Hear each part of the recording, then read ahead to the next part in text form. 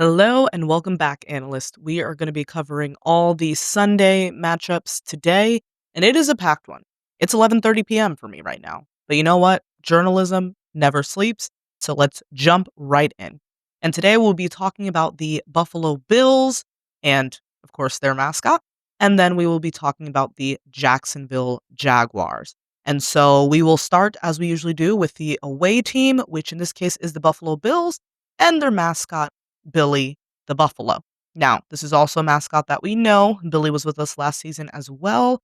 And so we will, as we did prior, we will just refresh on some of the initial thoughts, the right off the bats, and then go from there.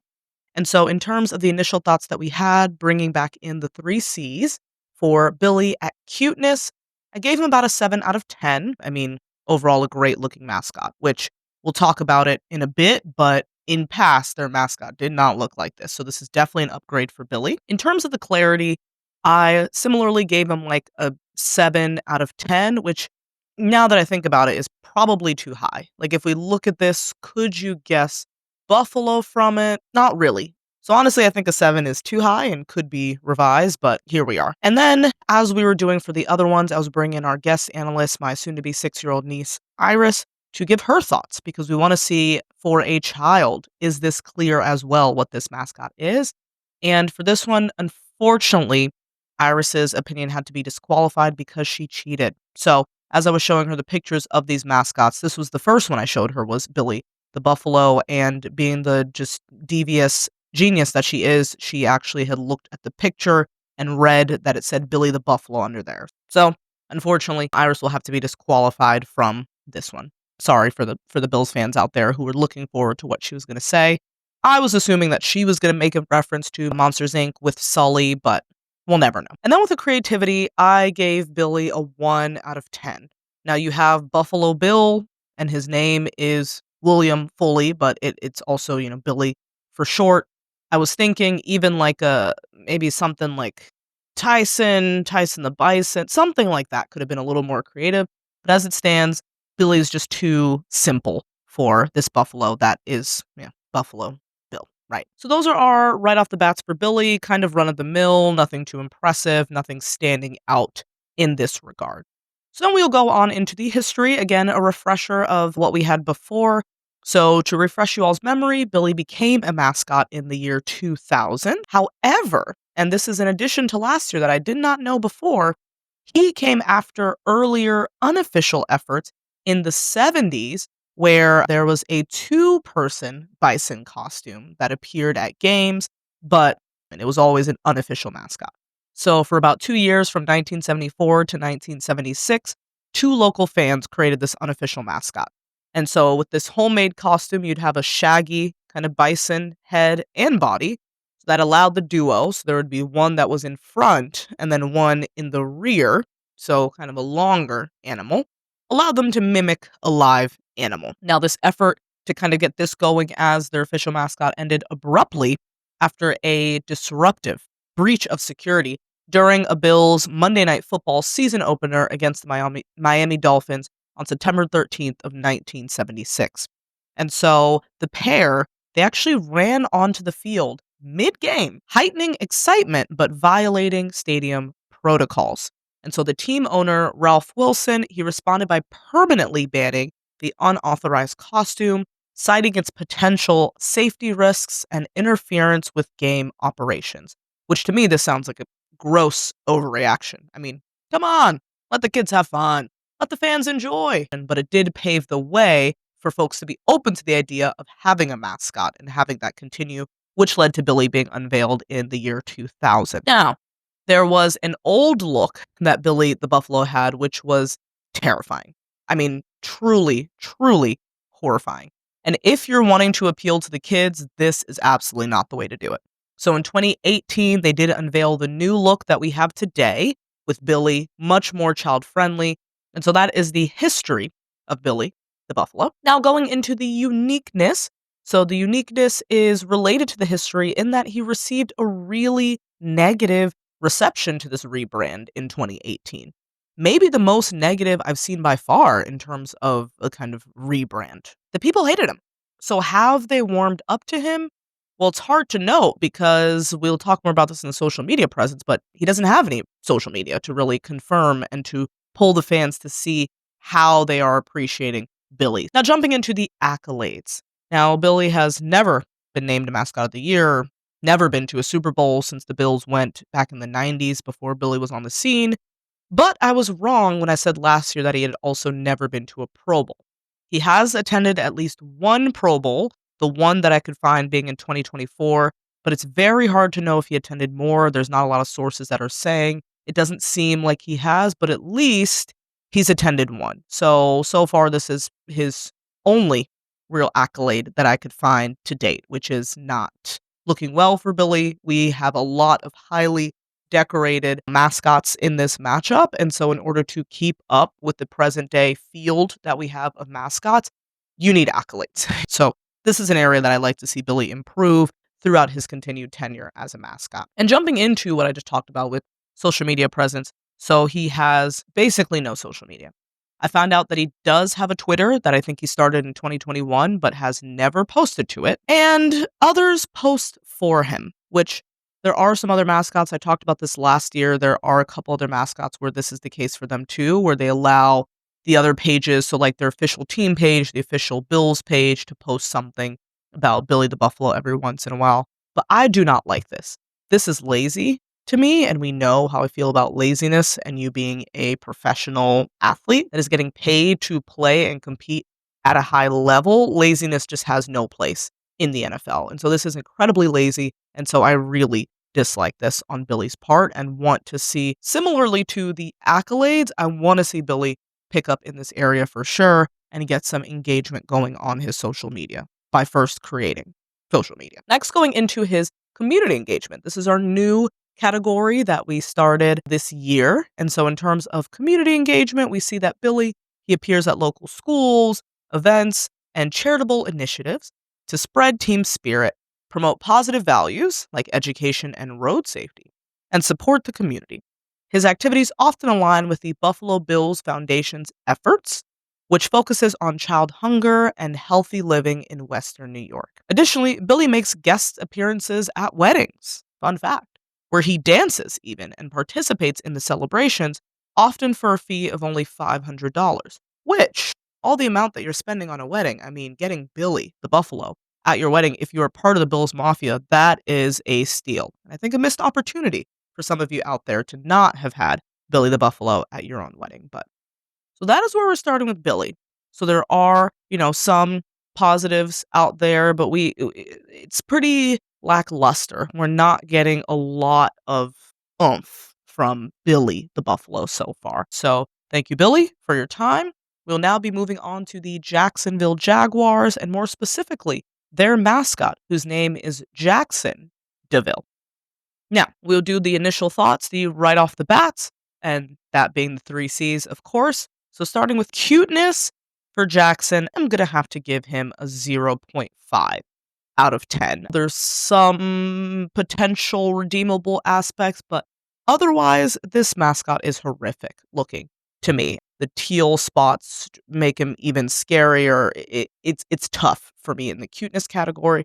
But as we know, looks is not everything. Your personality, what you can contribute to society, a lot of those things often weigh more than attractiveness. So, it's a knock in Jax's box, but it's not everything. Now, going to clarity, I am going to have to give Jackson DeVille a 2 out of 10. And a 2, I think, is being a little bit gracious. I'm only really giving him the 2 because he seems to be a cat of some sort, and he's yellow. So in that regard, there's only a few cats that are yellow, so you could pull out Jaguar from there. But gosh, you are making it really hard, Jax, to actually pull Jaguar from there. And not just from me. Remember that we will be polling, like we have for these other mascots, Iris as our guest announcer for this area. And actually, I'd mentioned in our very first video that I had also gotten my 4-year-old niece, Ophelia, to respond on one of these, and Jackson DeVille is the mascot that she also had her input. So we will have clarity, Iris's version and Ophelia's version for Jackson DeVille. And so for Iris, I think I would have to similarly give Jackson DeVille, or she would really, a 2 out of 10 for the same reason. When I asked her, "What is this?" she looked at it and said, "A yellow lion." And that's exactly what I was thinking she would say. Like, it kind of reads a cat of some sort, and it is yellow. And that's really all that you can tell. So I think a yellow lion was a reasonable guess from Iris, but it's not reading jaguar. So in that regard, 2 out of 10. And now, when I had asked Ophelia, for her, I would have to give her rating a 0 out of 10 because she looked at this and said, "This looks like a polar bear covered in mustard." Now, if we look back at Jackson DeVille, really look at him and study, I think this is honestly more accurate to what he looks like than a jaguar. I mean, the round ears and just kind of the face, it is giving polar bear, and mustard is yellow. And so, in this regard, although it's a 0 out of 10 because technically Jackson DeVille is supposed to be a jaguar, he might secretly be a polar bear covered in mustard. Now, moving to the clarity category. In the clarity, I'm going to give Jackson DeVille run of the mill. I'm going to give him a 5. And you might be thinking, well, that's pretty high because it's literally like Jacksonville. But here's my reasoning. So, first of all, I like that they took out Jackson, the actual name from Jacksonville, and they switched it around a bit. They threw the X in there, which to me, this actually makes it feel like a little more Florida. Like the name Jackson spelled XS. That to me is giving Florida vibes, giving Jacksonville vibes. It's just something about this name feels very true to not only the team and not only the city in terms of Jacksonville, but Florida, period. And so for that, with tying in the city, that is what lifts it to the 5 for me. You can tell through and through that Jackson DeVille is a Florida man, and that would only be further confirmed in the rest of what we're going to talk about today regarding him. So those are our, right off the bats, initial thoughts. I mean, they're all very low with Jackson DeVille, pretty lackluster, kind of like they were for Billy. So we're not starting out strong on either of these mascots on first impression, but let's dig in a little bit more. So let's start by going into the history. So originally with Jackson DeVille, he wasn't always a mascot. He started as a stray cat. And he was found living in the stadium in 1993. So he lived in the south scoreboard of the stadium and was there for some time until he finally became the official mascot in 1996. So kind of a rags to riches story that he really pulled himself up from his bootstraps, and is now living the American dream. So congratulations, Jackson. Your story is really an inspiration to all of us out there that no matter where we start out, if we dream, if we aspire, and if we get ourselves into the right places, that we too can similarly be at such high heights and make it metaphorically to a grand stage as you have. Now, we're going to jump into the uniqueness category, and this one is going to be jam-packed for Jackson DeVille. There are a lot of things to talk about in terms of uniqueness. The first is that he is one of the 3. So we looked at Rampage, who was 1. So Jackson DeVille is one of the 3 mascots that authored a children's book called Jackson's Big Jump. And this came out just, I guess, 2 years ago now in 2024. Similarly to what I mentioned with Rampage and all these authors is that they did not write or illustrate these books, but are for some reason credited as authors. So I guess I have to say that they're authors, which is huge. I mean, back in my day, mascots were not authors. So, I mean, neither are these ones, but yeah. Anyway, then going into what Jackson DeVille is most known for are his stunts. He was the very first mascot to zip line into a stadium, starting this trend that we see amongst a smaller number of mascots doing the same. But he is the OG of this and the bungee jumping into the stadiums. And he doesn't just keep it to his own home stadium. No, no, no, no. Jackson DeVille has taken these stunts international.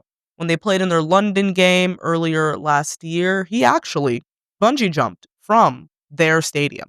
And so he has done this trick not only in Jacksonville, but has done this now in London, making him the first mascot and only, think, in this category to do that. So we see Jackson's always elevating his game, taking it to new heights in this sense, quite literally. Now, going on to the next point in terms of uniqueness, generally he has these kinds of antics that can be very playful. Like, for instance, one of the things that he does is after each Jags win, he jumps in the pool at the stadium. But this is also his aspect of uniqueness that I hate. I don't like this undressing, this like stripping of the mascot to just have his body in the skin tight suit. I hate this. And he doesn't just do this for jumping the pool. Like you might think, okay, he doesn't want to get his fur wet, like maybe he just hangs it up to jump in the pool, like that's understandable. No. He'll do this on the field. There's images of him on the field in Speedos. Even one time he did this in like a G-string and streaked across the field. You'll see there other times that he's done this not even just in the yellow, but in different colors as well. Like I can't get behind this. But again, like I said, Jackson through and through is a Florida man, and this is giving Florida Jacksonville energy to me. So in that sense, I think there's very few places that a mascot could pull this off. I think Jacksonville is the perfect place and maybe the only place that he could. So in that case, he's found the perfect spot for him, his niche. But then another thing in terms of uniqueness, and this will be the last in this big category, is, and this is where Jacksonville really shines, is his controversies. He shines at being problematic, earning him the name as well of Jackson DeVillain, especially amongst the Steelers fans. So during one timeout back in a 1998 Steelers game, we'll start there, DeVillain brought a life-size stuffed doll of the Pittsburgh quarterback onto the field and began beating and stomping it only a few feet away from the Steelers' offensive huddle. And then during another timeout during that same game, he went over the Steelers' bench holding a terrible towel that he got from a fan and using it to wipe his armpits and other parts of his, we'll say, anatomy. So a lot of taunting going on, and I know what you're thinking. Sabrina, this is all good fun. I mean, a little bit of taunting never hurt nobody, right? You're just being sensitive because he did it against your team. However, based largely on these antics in 1998, the NFL was forced to change the rules for all mascots. The rule later became that team mascots must stay behind the 6-foot white border at all times during the game, and they are prohibited from engaging in any acts of taunting opposing players, coaches, or game officials. So because Jacksonville wanted to have a good old time, he ruined it for the other mascots out there. Now they can't even get on the field, but not even that. They can't even get too close to the field. And so it's not just myself or the Steelers fan. It was the whole NFL that saw Jacksonville is becoming a problem. But it continues from there. It doesn't stop there.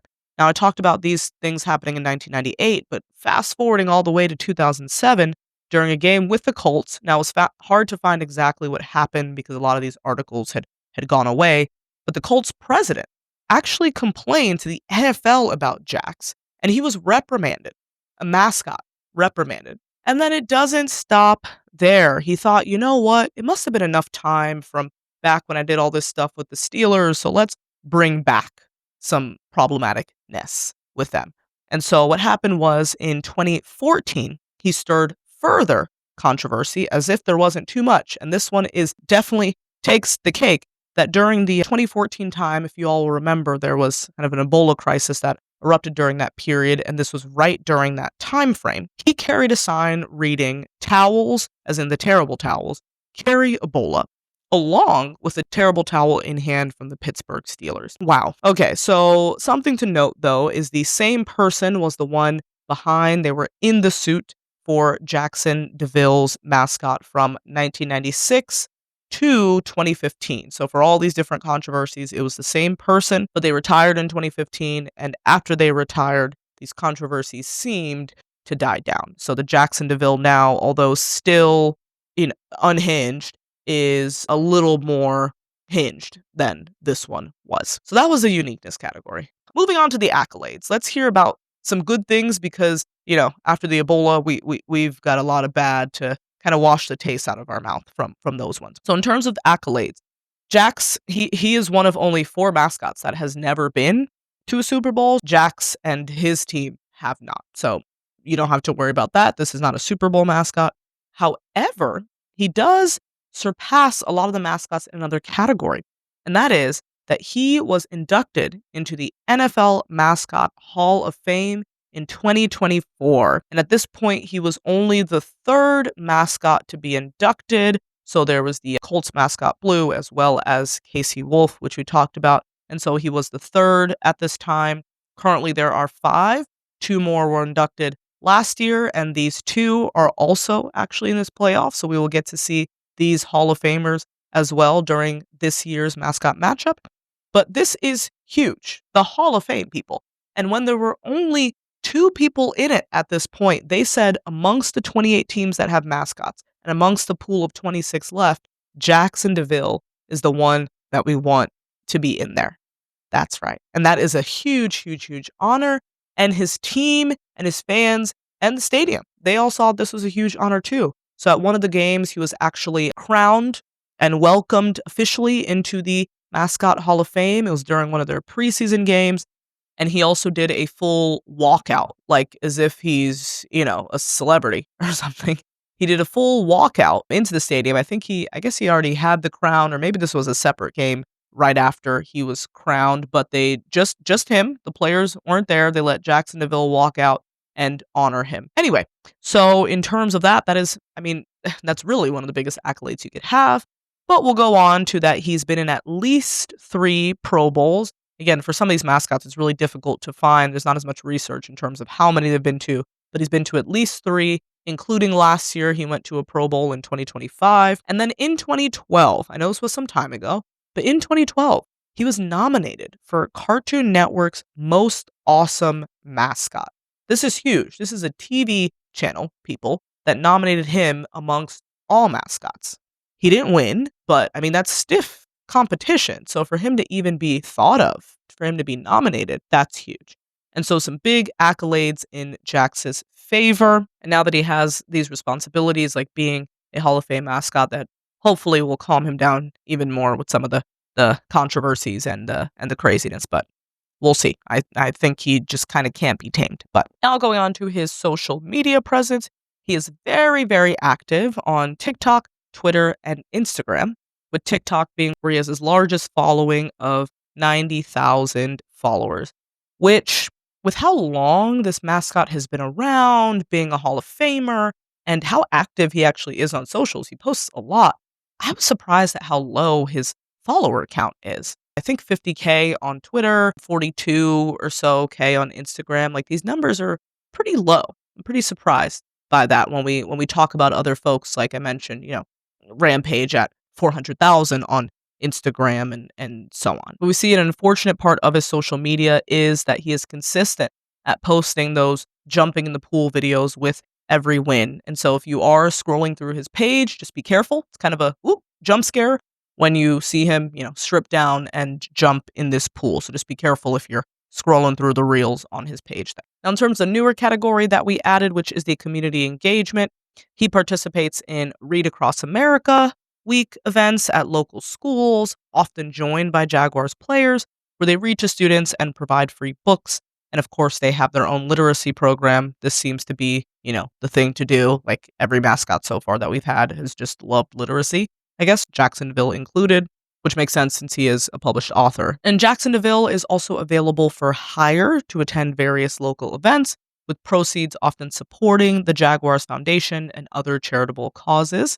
And these appearances include at things like 5K walks and runs, business luncheons and galas, school visits and high school pep rallies, and hospital visits, etc. He was the first NFL mascot to have traveled overseas to visit our troops in countries like Kuwait.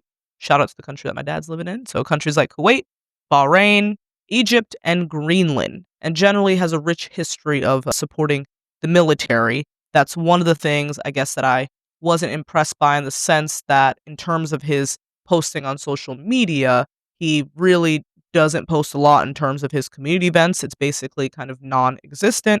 The only ones that you'll kind of see him post is, the salute to service and things like that. But other actual events and charitable drives, I'm not really seeing that as much, at least not on his Instagram. Now, going into bringing in our experts through USA Today to talk a little bit more about these mascots. We'll start with the away with Billy. If you all remember, this was a shocking one because Billy was all the way up at number 1. This was the number 1 rated mascot. But the thing is, Billy seems to be a really likable mascot. In a 2024 fan survey conducted by Study Finds, Billy the Buffalo was ranked as the top NFL mascot, praised for his energetic presence and ability to connect with audiences. And similarly, in that same year, I guess in June, he was highlighted as the fourth most memorable mascot league wide. And then in 2020, Billy was ranked seventh among NFL mascots by The Athlete and praised for his engaging style, connection to the passionate Bills fan base, etc. So it's not just USA Today. For some reason, Billy is incredibly well liked and likable amongst a lot of people. Now, some of the things that I suspect, because we can't really know how this data was collected.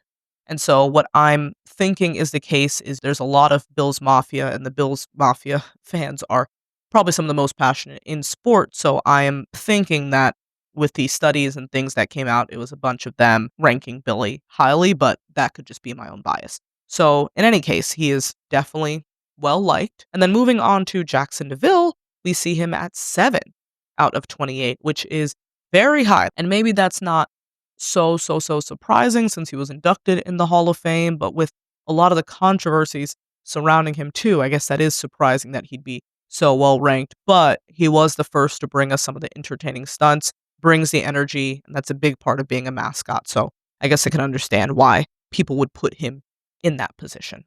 But a concern that I have, which as I was now thinking about this, even in this moment, this could even potentially be a good thing for Billy. But regardless, it just makes Billy very unpredictable in this matchup, is that none of the things that I mentioned about Billy really apply to the present day version of him. That's because in June 2025, and so just what is that, 6 months ago or something, 7 months ago, the Bills organization actually put out a job posting, so an opening for a new mascot. That's right, Billy the Buffalo, who had been Billy the Buffalo for some time, they retired in June of 2025. So whoever is donning the mascot suit right now is new. And I'll say that this person did end up making their way to the playoffs, so that could be a good sign. It's hard to know. I mean, the Bills were in the playoff last year as well. So that could be a good sign, but maybe it could have been that the players, his actual team, were picking up some of the slack for Billy and helping him to get to this stage. It's just kind of hard to know. So they put out a job posting. They're looking for somebody who's at least 18 years old. So I don't know who they eventually ended up hiring. I don't think I was able to find that. But the person, I mean, it doesn't even seem like they're looking much for experience. All they said is, we want you to be between 5'11", 6'1", be at least 18 years old, and that this position's hiring, and they'll pay you $75 per hour, and you get to perform at the games. So that's a concern too, is that this position was advertised for basically anybody to pick up. I mean, for your mascot especially, you want to be a little more scrupulous about the people that you're getting, but it seems like the Bills organization was not doing that. And so with that in mind, despite a lot of the concerns that Jackson DeVille brings, but even with these concerns like the controversies, you see he's getting in a lot of people's heads. I mean, the teams like the Steelers, they, hated this guy. And so he was doing well in that regard. The fans respond well to what he's doing. And this is a newly minted Hall of Fame inducted mascot. Now, he hasn't been to the playoffs in some time. Like I mentioned, hasn't been to a Super Bowl. So that would be a wild card, no pun intended, if you were able to make it. But I think just with Billy being a literal wild card in terms of being a random person, we just don't know what we're going to get. And so with the stability of Jackson DeVille, we do. And so with that in mind, for this matchup of the NFL wildcard weekend between the Jacksonville Jags and the Buffalo Bills, I'm going to have to select Jackson DeVille and the Jacksonville Jaguars to take this matchup over Billy. I think regardless, it's going to be a high-flying and entertaining game. Like I said, I think the only thing that should be a wild card this weekend are the games themselves, not your mascots. And so I can, in good conscience, put Billy ahead for this. However, if he is able to pull out this win, then that could show promise for whoever this new mascot is. All right, well, that is all that I have for this matchup, and I will be seeing you all very, very soon for the next one.